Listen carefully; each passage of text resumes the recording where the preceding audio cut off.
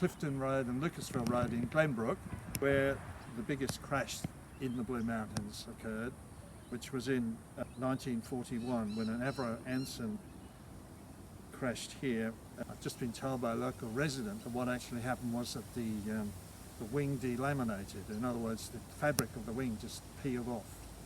So I was very surprised to find out that this is virtually, I knew about this crash and the Wirraway crash on Aeroplane Hill. I knew about virtually no others, and it's been very interesting to find that there are actually 40 air crashes or similar incidents in the Blue Mountains, and I've listed every one of them in this book.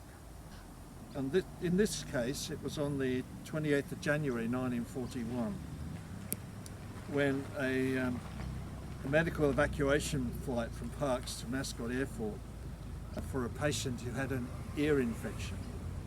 So over the Blue Mountains they encountered some low cloud, and the pilot was believed to maintain low altitude to reduce pressure changes on the patient's ear. At around 4:45 p.m, when approaching Glenbrook in low cloud, the plane clipped a tree on the Duck Hole Ridge. A loud crack was heard by nearby residents. It appeared to break up with a failure in the middle of the port wing. The plane rolled to the left and blew up when it crashed here. One engine smashed a power pole on Lucasville Road, causing heavy sparking. Body parts were left all over the area and were still being found weeks later. I've just spoken to a local resident who said he knows the lady who pulled the people out of the aircraft. The plane seemed to be having engine trouble prior to the accident, and probably the pilot was trying to land on one of the empty paddocks at Emu Plains.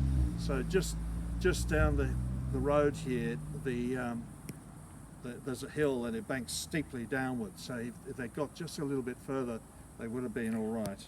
It was afterwards determined that the aircraft may have suffered damage on the left wing when the landing gear collapsed in a previous incident. The crew of 4 and the patient were all killed in this tragic accident. There are other incidents where people crashed in places like the Coonamble Walls National Park, and then they struggled to get out of the park afterwards, and they make very interesting stories about what happened to those people. So that's the planes chapter in Mountains Mishaps.